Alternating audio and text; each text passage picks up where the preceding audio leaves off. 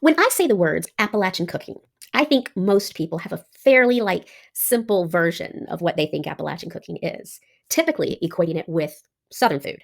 But you see, that does Appalachia a great disservice. Because Appalachia, yes, while in the deep south, extends all the way through the central part of our country and up north. Each of these regions will be impacted by the native groups that once and still do call this place home, and the different groups of immigrants that go to each region throughout American history, bringing their own flavors and traditions and stories to the mountains. This is why I find Appalachia so interesting personally, because things like history, language, tradition, and food can all vary from mountain to mountain or cove to cove. However, there does seem to be two major themes that go throughout Appalachian cooking. And the number one is the seasonality of it and what the mountain can provide. Many Appalachians today still hunt, grow their own personal gardens, can, all as a way to subsidize their foods that they are feeding their family. And honestly, with inflation being like it is, how many of us are already considering doing that again? But the other main factor is the love and tradition that is found on the plate. In my family, it was the women who cooked and cared for us that way. That was their physical demonstration of love. They used the mystic fires, sometimes literally, to produce healthy, flavorful foods for their families. My name is Kelly White Bateman. I'm known on several apps as Historically ADHD. And will you join me in this first episode of Baccalachia as we look through the mystic fires and see the sweet emotion that you can find on a plate?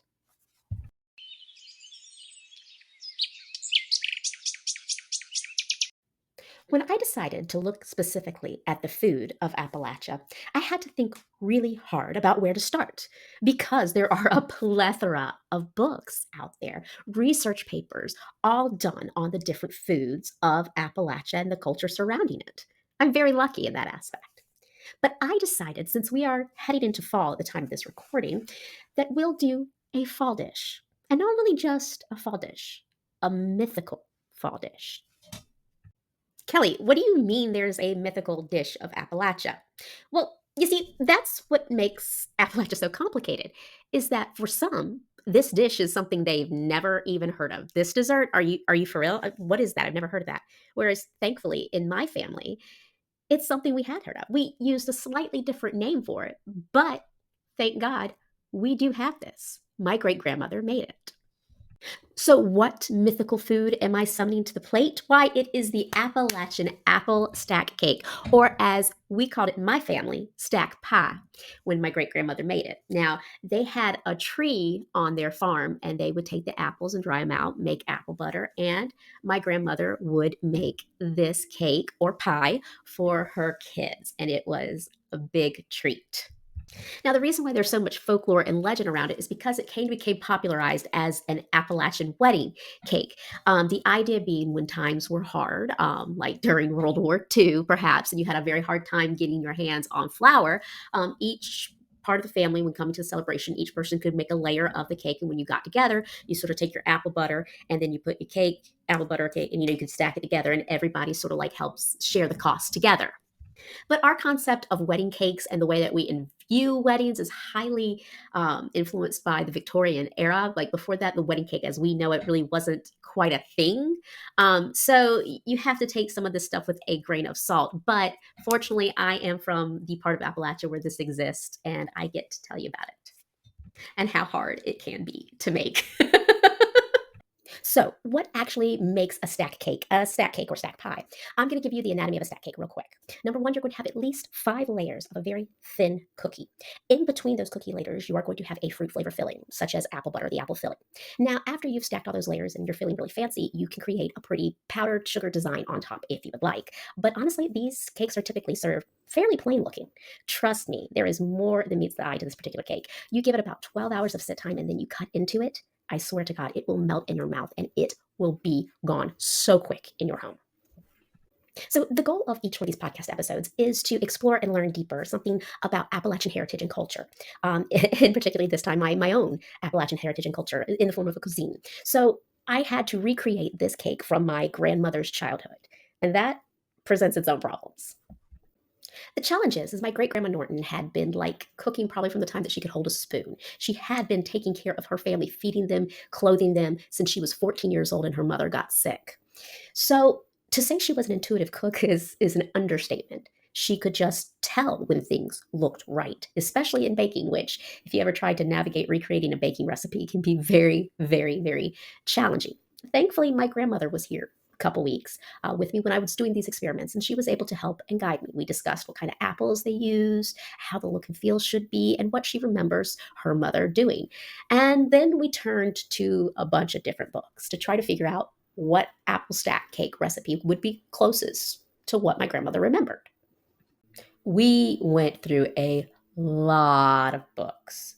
Thankfully, we found one clear winner. We found a winner, and that winner is Celebrating Southern Appalachian Food Recipes and Stories from Mountain Kitchens by Jim Casada and Tipper Presley. Really good book. You should check it out. It also has a glossary of terms so you can understand why my family and I were so struggling. When you say a dash of this or pinch of that, it doesn't really exactly translate into a scientific measurement. One challenge I was not prepared for was trying to find out the kind of apples my great grandmother used to make her apple stack pie. And my grandma Reese said that they were as large as horse heads. That these apples, and that's what they called them. They were really good for baking, and they were green, and sometimes they would have like a little blush to them, a little bit of red to them. And I Google internet searched the crap out of horse head apples or horse apples, and the return I got was not good. Thankfully, I have a friend. Alexandria Artifact, as you probably know her on TikTok and Instagram, happens to run a farm on an Appalachian mountainside, and she actually grows horsehead apples. And she was able to send me a link to the heritage tree site that discusses these apples. It's really, really cool. They're really, really rare. They were brought to North Carolina, they believe, before the 1800s and became very popular in Appalachia because they were fairly hardy and easy to grow, and they were great baking apples. So thank you, Alexandria. What would I do without you? All right, it's time to gear up and get ready to cook an apple stack cake. Here's a quick oversight of our list of ingredients. The recipe we chose that worked the best called for dried apples, and we got these apples from a particular fancy grocery store that hails from Buffalo, New York. But we had plenty of apple butter left over for like 2 jars after we got done making the cake. So just these 2 bags was plenty. Now, to create the apple butter filling, I needed to rehydrate these apples. And to do that, I used my largest cooking pot. Now, these apples, once we add some water, they're going to start looking really good. Trust me. To sweeten up our apples, we're going to start off by adding a half a cup of white sugar to the mix. We will then add a cup of brown sugar, cinnamon, and the allspice. And I personally just like to mix up the ingredients that way when I pour it into the apple mixture, it's all mixed up. I don't have to worry about mixing it up even further. In the cookie pot with the apples, you're going to want to add enough water to sort of just come up to where the apples are sort of floating in the water. Also keep some extra water around because as you're cooking this stuff, the water will cook out and down, and you don't want these to burn. We want them to turn into something nice and soft as you mix in the sugar and the sugar mixture to make the apple filling. And this is what it looks like after it's been cooking for a while, but it's not done yet. Now for the cake. For the cake, you're going to first cream together your shortening, which is half a cup of shortening and half a cup of sugar to start your cookie base. We're now going to add our egg, breaking it in a separate bowl just in case we get a shell. You are now going to mix in a third cup of sorghum syrup and half a cup of buttermilk. And let's not forget our teaspoon of vanilla. Then in another bowl, you're going to add in all your dry ingredients, your flour, your baking soda, salt, and ginger. Now, I personally prefer to use King Arthur brand flour. It is 100% employee owned.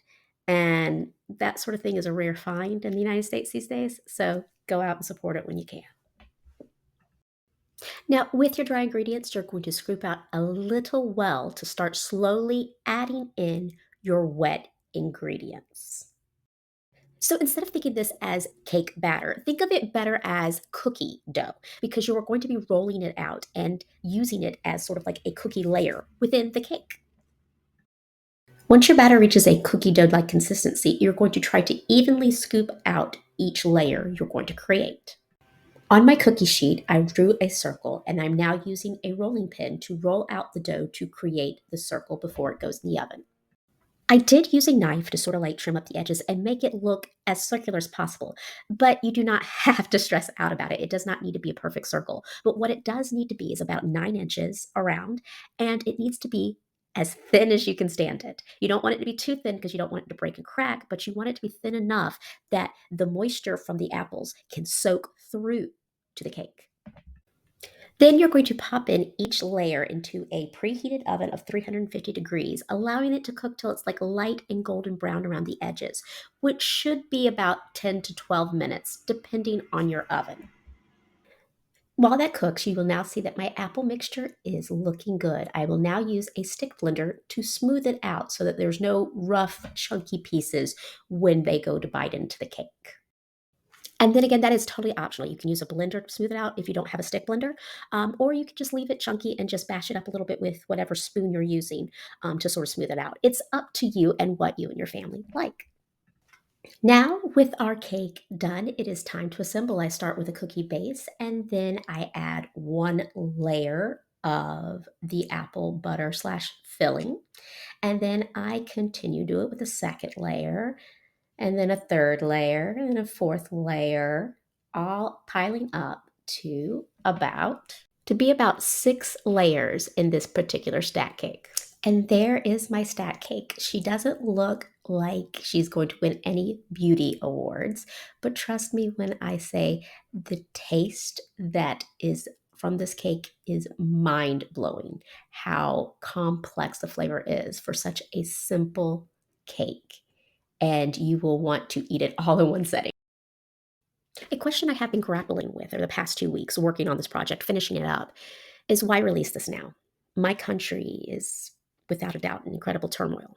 America is living through a post truth moment. It's not the first one we've ever lived through, but it is a scary one nonetheless. My great grandmother raised children during the Great Depression and World War II and Vietnam. Her world was chaotic and scary, especially during the Great Depression and World War II. You had to go without. A lot of things had to be given up. But one thing she could do for her children to provide a little bit of hope and comfort was allow them to be kids, allowing them to enjoy a simple dessert that she was able to make with what she had growing on her own farm. She was able to give a little bit of normalcy to her kids. And I think that's the important thing here. When we're dealing with all this stuff that's going on in the world, we need to remember that this isn't the first time society has ever been in trouble. It isn't the first time that American parents have had to deal with challenges, or parents anywhere have had to deal with challenges. And so what this episode means to me is it shows the love that a mother can bring to the table, or a father, or any sort of parent, or any sort of loved one in these dark times, to sort of keep some normalcy, to keep some hope, and maybe, just maybe for a moment, emotionally protect our children from the outside world, because we can't protect them forever. It's gonna get in. But for a brief moment, maybe we can give them and ourselves a little bit of respite. My name is Kelly White Bateman. I'm known as Historically ADHD, and thank you for watching Baccalachia, The Return Home.